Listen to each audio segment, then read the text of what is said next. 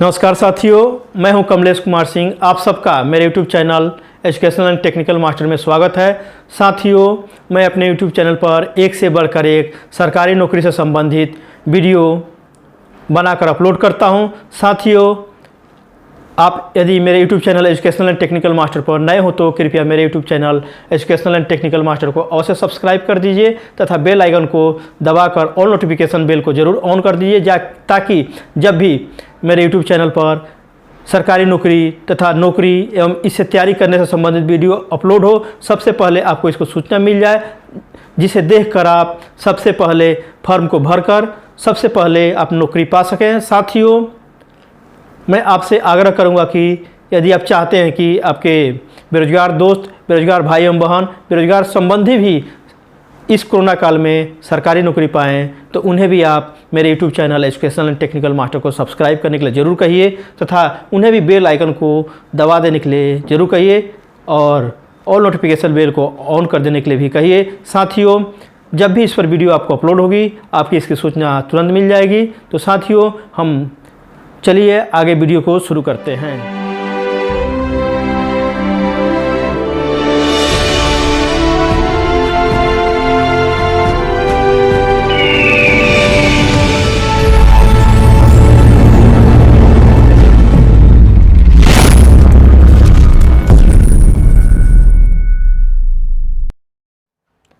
चलिए साथियों, एक महत्वपूर्ण सरकारी नौकरी के बारे में जानकारी प्राप्त कर लेते हैं।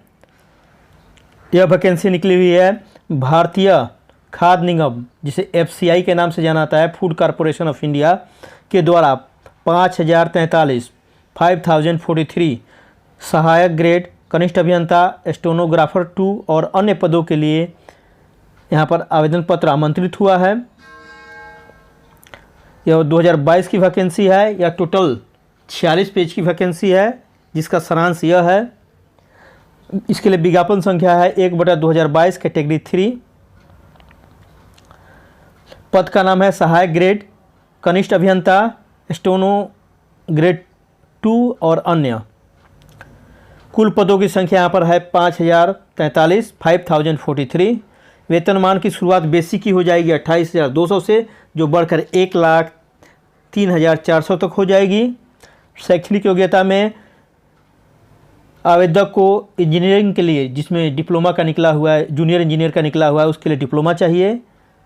स्नातक की डिग्री चाहिए कुछ पदों के लिए, कुछ पदों के लिए BCom चाहिए, कुछ पदों के लिए BSc चाहिए। अलग अलग पदों के लिए अलग अलग शैक्षणिक योग्यता का निर्धारण किया गया है। आयु सीमा, आवेदक की अधिकतम आयु 28 वर्ष होनी चाहिए। किसी में 27 वर्ष अधिकतम आयु मांगा रखा गया है, किसी में 25 वर्ष रखा गया है किसी पद के लिए। कार्य करने का स्थान, यह वैकेंसी पूरे भारतवर्ष के लिए निकली हुई है। आवेदन शुल्क के रूप में अन्य उम्मीदवारों, इनके अलावा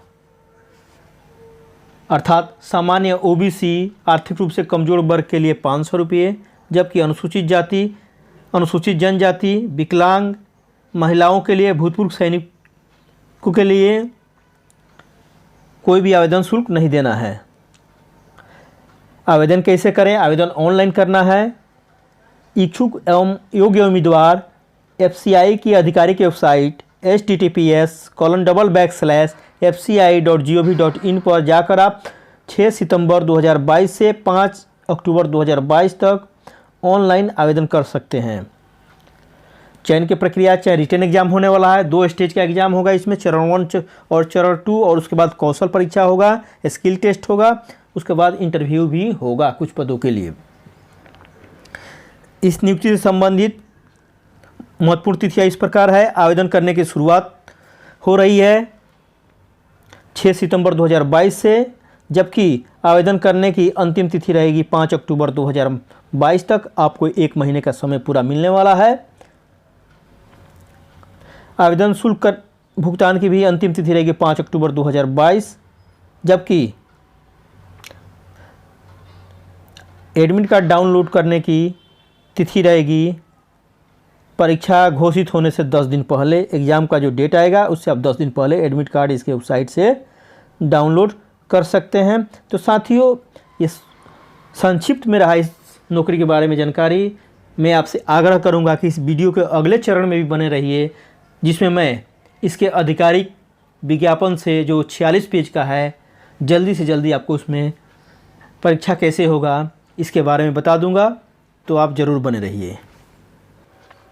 और आगे देख लेते हैं। यहाँ पर विकलांगता का बारे में दिया हुआ है जो ज़रूरी नहीं है अभी। यहाँ पर देखिए, ये इम्पोर्टेंट है, identification of the post with benchmark disable, ये भी डिसेबल के लिए दिया हुआ है, अभी आवश्यकता नहीं है इसकी। यहाँ पर दिया हुआ है सब। आगे देख लेते हैं जो इम्पोर्टेंट है। हाँ, यहाँ पर देख लेते हैं एजुकेशनल क्वालिफिकेशन एंड एक्सपीरियंस, ये ज़रूरी है जानना। जूनियर इंजीनियर सिविल के लिए डिग्री इन सिविल इंजीनियरिंग होना चाहिए, चाहे डिप्लोमा इन सिविल इंजीनियरिंग होना चाहिए, 1 साल का अनुभव होना चाहिए। अगर डिप्लोमा आपने किया है तो 1 साल का अनुभव भी ज़रूरी है। अगर आपने सिविल में डिग्री किया है तो अनुभव की आवश्यकता नहीं है।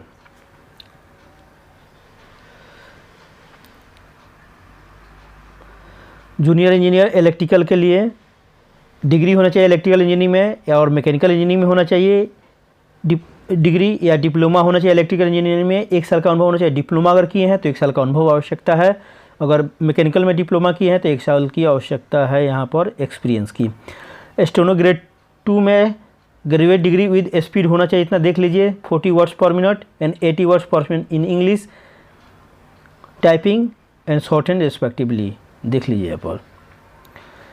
असिस्टेंट ग्रेड 3 जनरल में ग्रेजुएट होना चाहिए किसी भी यूनिवर्सिटी से, और कंप्यूटर का में सक्षमता होनी चाहिए।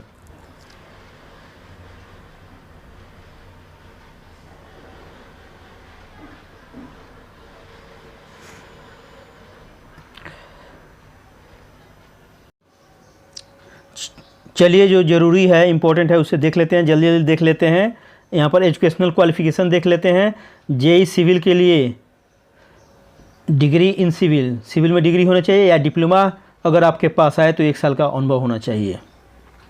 ठीक उसी तरह इलेक्ट्रिकल और मैकेनिकल इंजीनियरिंग जूनियर इंजीनियर के लिए अगर इलेक्ट्रिकल इंजीनियरिंग में डिप्लोमा है और मैकेनिकल इंजीनियरिंग में डिप्लोमा है तो आपको 1 साल का अनुभव होना चाहिए, अन्यथा आपके पास डिग्री है तो अनुभव की आवश्यकता नहीं है। इंजीनियरिंग में डिग्री होना चाहिए इलेक्ट्रिकल इंजीनियरिंग में और मैकेनिकल इंजीनियरिंग में। स्टेनोग्राफर के लिए देख लीजिए, यहाँ पर स्टेनोग्राफर के लिए ग्रेजुएट होना चाहिए और 40 वर्ड्स पर मिनट और 80 words in English typing steno short hand का होना ज़रूरी है यहाँ पर। असिस्टेंट ग्रेड 3 के लिए ग्रेजुएट होना चाहिए किसी भी सब्जेक्ट से, और कंप्यूटर में सक्षमता होना चाहिए, अर्थात कंप्यूटर आना चाहिए। असिस्टेंट ग्रेड अकाउंट्स में आपको कॉमर्स से ग्रेजुएशन किया होना चाहिए तथा कंप्यूटर का अच्छी तरह से जानकारी होनी चाहिए। उसी तरह देख लीजिए असिस्टेंट ग्रेड टेक्निकल में सॉरी एग्रीकल्चर से आपको बीएससी होना चाहिए यहाँ पर, और भी है, या इसमें बोटनी में होना चाहिए, जूलॉजी में होना चाहिए, बायोटेक्नोलॉजी में होना चाहिए, माइक्रोबायोलॉजी में होना चाहिए, फूड साइंस में होना चाहिए। पूरा डिटेल्स दिया हुआ है, आप देख सकते हैं। असिस्टेंट ग्रेड डिपो में ग्रेजुएशन होना चाहिए केवल, और कंप्यूटर का नॉलेज होना चाहिए। असिस्टेंट ग्रेड 3 में डिग्री ऑफ रिकॉग्नाइज डिग्री होना चाहिए जिसमें हिंदी मेन सब्जेक्ट के रूप में होना चाहिए, इंग्लिश में प्रिफिशिएंसी होना चाहिए, यहाँ पर दिया हुआ है, आप देख सकते हैं इसके बारे में। और आगे आप देख लीजिए, धीरे धीरे अपने से भी आपको ऑनलाइन फॉर्म भरना है, लिखा हुआ है, रिजर्वेशन के बारे में लिखा हुआ है, जो हम आगे बढ़ते जाते हैं।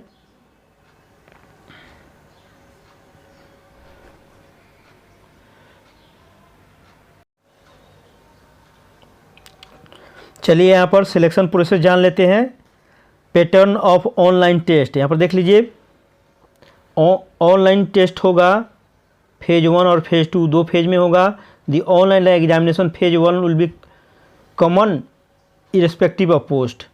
The structures of the phase 1 exam इस प्रकार है, देखिए सब में लगभग कॉमन होगा सभी पद के लिए। पहला है, इसमें पूछा जाएगा इंग्लिश लैंग्वेज, 25 क्वेश्चन होगा, 25 मार्क्स का होगा, 15 मिनट में देना होगा, आपको इंग्लिश में देना होगा एग्ज़ाम।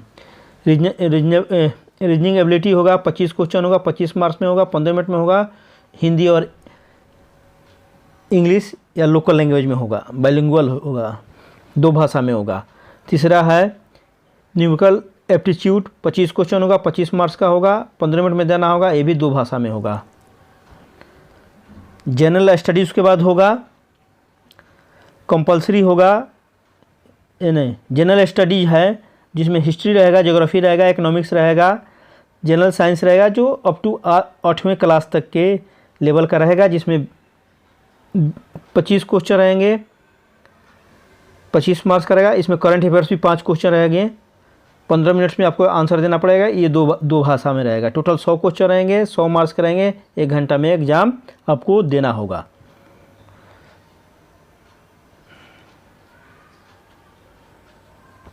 फेज़ 2 का एग्ज़ाम देख लेते हैं। फेज़ 2 के एग्ज़ाम में फेज़ 1 का एग्ज़ाम सभी के लिए सेम रहेगा, सभी को देना होगा। बाद में फेज़ 2 में स्पेशल पेपर होंगे, जैसे जूनियर इंजीनियर सिविल के लिए उनका पेपर हो यहाँ पर होगा, जूनियर इंजीनियर इलेक्ट्रिकल के लिए उनका पेपर होगा अलग से। यहाँ पर आप देख लीजिए, पेपर 1 पेपर 2 होगा। स्टेनोग्राफर के लिए पेपर होगा यहाँ पर।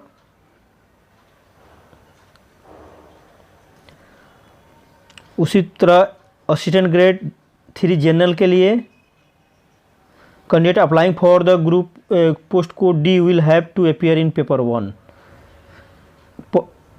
कैंडिडेट विल असिस्टेंट ग्रेड 3 को केवल देखिए यहाँ पर लिखा हुआ है जो उनको पेपर 1 में ही देना होगा। यहाँ पर पेपर 1 और 2 देना होगा, इनको पेपर 1 और 2 देना होगा, इनको पेपर 1 ही देना होगा। यहाँ पर डिटेल्स लिखा हुआ है। पेपर 1 में क्या रहेगा देख लीजिए। यहाँ पर पेपर 1 में रहेगा 120 क्वेश्चन रहेगा, मल्टीपल चॉइस, सभी 1 मार्क्स के रहेंगे, 120 नंबर का होगा, 90 मिनट का होगा एग्ज़ाम। यहाँ पर निगेटिव मार्किंग होगा, आप देख पा रहे हैं 1/4 निगेटिव मार्किंग रहेगा। उसके बाद पेपर 2 रहेगा, देखिए 60 क्वेश्चन रहेगा, मल्टीपल चॉइस क्वेश्चन 2 मार्क्स का रहेगा 1 क्वेश्चन, इसलिए टोटल 120 मार्क्स का रहेगा, 60 मिनट में आपको देना होगा। पेपर 3 रहेगा, 120 क्वेश्चन रहेगा, मल्टीपल चॉइस, प्रत्येक क्वेश्चन 1 मार्क्स का रहेगा, 120 मार्क्स का रहेगा, ये 90 मिनट यहाँ पर भी मिलेगा आपको।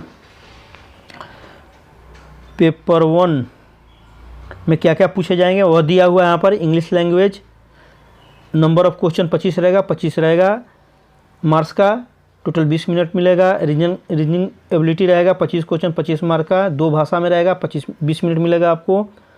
न्यूमेरिकल एप्टीट्यूड रहेगा 25 क्वेश्चन 25 मार्क्स का रहेगा, 2 भाषा में रहेगा, 20 मिनट में आपको देना होगा। टोटल यहाँ पर लिखा जनरल स्टडीज लिखा है, यहाँ पर क्वेश्चन कितने रहेंगे, टोटल 25 क्वेश्चन रहेंगे। और जनरल साइंस रहेगा, इसमें 10 क्वेश्चन रहेंगे। करंट अफेयर्स के 5 क्वेश्चन रहेंगे। कंप्यूटर अवेयरनेस के टोटल 45 क्वेश्चन रहेंगे।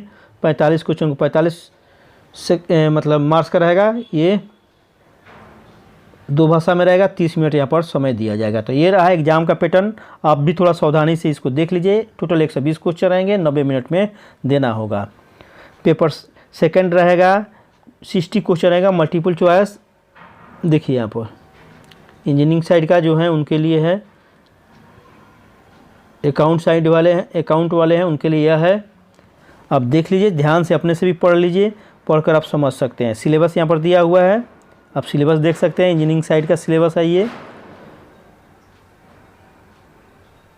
बोटनी जूलॉजी का भी सिलेबस दिया हुआ है यहाँ पर, आप देख लीजिए, धीरे धीरे देख लीजिए। इंग्लिश का पेपर 3 भी रहेगा 90 मिनट का। इसमें कंप्यूटर नॉलेज का भी पूछा जाएगा। इसमें general awareness, English, general intelligence से संबंधित रहेगा। यहाँ पर दिया हुआ है, पूरा डिटेल्स ये दिया हुआ है, आप देख लीजिए, इसे समझ लीजिए, अच्छी तरह समझ लीजिए। आगे देख लेते हैं जो इम्पोर्टेंट है, अपने से भी पढ़कर आप समझ सकते हैं। अच्छा, यहाँ पर लिखा है online test will be bilingual, English Hindi except for language paper. जो जहाँ बाइलिंगुअल लिखा हुआ है अर्थात द्विभाषी लिखा हुआ है, वहाँ पर इंग्लिश और हिंदी में एग्ज़ाम होगा। और अंग्रेजी केवल है, अंग्रेजी सब्जेक्ट का, तो अंग्रेजी में ही एग्ज़ाम होने वाला है। चलिए एग्ज़ाम सेंटर देख लेते हैं। ये देखिए एग्ज़ाम सेंटर है, स्टेट वाइज एग्ज़ाम सेंटर है। फेज़ 1 का, फेज़ 2 का अलग अलग दिया हुआ है। आप इसके वेबसाइट पर जाकर देख सकते हैं। देखिए यहाँ पर आंध्र प्रदेश का है, असम का है, बिहार में भागलपुर, गया, मुजफ्फरपुर, पटना, पूर्णिया, आरा दिया हुआ है, दिल्ली में है, गोवा में है, गोवा में पणजी में है, मडगांव में है, मापुसा में है, हरियाणा में अम्बाला में है, फरीदाबाद। इस तरह यह एग्ज़ाम सेंटर आप जिस जोन से भर रहे हैं, जहाँ पर रहते हैं उसी जोन से भरिए ताकि आपको एग्ज़ाम देने में आसानी हो। ये सेकंड फेज़ का है। देखिए सेकंड फेज़ का सेंटर है। सेकंड फेज़ में प्रायः बड़े बड़े शहर में एग्ज़ाम सेंटर रहता है। प्रायः उस स्टेट के राजधानी में सेंटर रहता है। तो इस प्रकार यह सेंटर हैं सभी। इस प्रकार आप सेंटर को देख लीजिए। आप अपने नज़दीकी सेंटर को भरिए। आप यहाँ पर देख पा रहे हैं।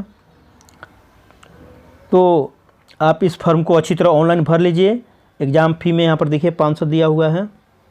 ऑनलाइन भरना है एग्ज़ाम फ़ी, जिसे आप जानते ही हैं। आप ऑनलाइन फॉर्म भर दीजिए, अपनी तैयारी शुरू कर दीजिए। तैयारी के लिए आप अरिहंत पब्लिकेशन का बुक पढ़ सकते हैं, यूथ पब्लिकेशन का पढ़ सकते हैं, और एक मैगजीन आप इंग्लिश में देना चाहते हैं तो कंपटीशन सक्सेस रिव्यू, अगर हिंदी में देना चाहते हैं तो प्रतियोगिता दर्पण, सामान्य ज्ञान प्रतियोगिता तथा सक्सेस मिरर पढ़ सकते हैं। इससे तैयारी का आपकी काफ़ी अच्छी हो जाएगी। तो साथियों वीडियो को यहीं पर अंत करते हैं।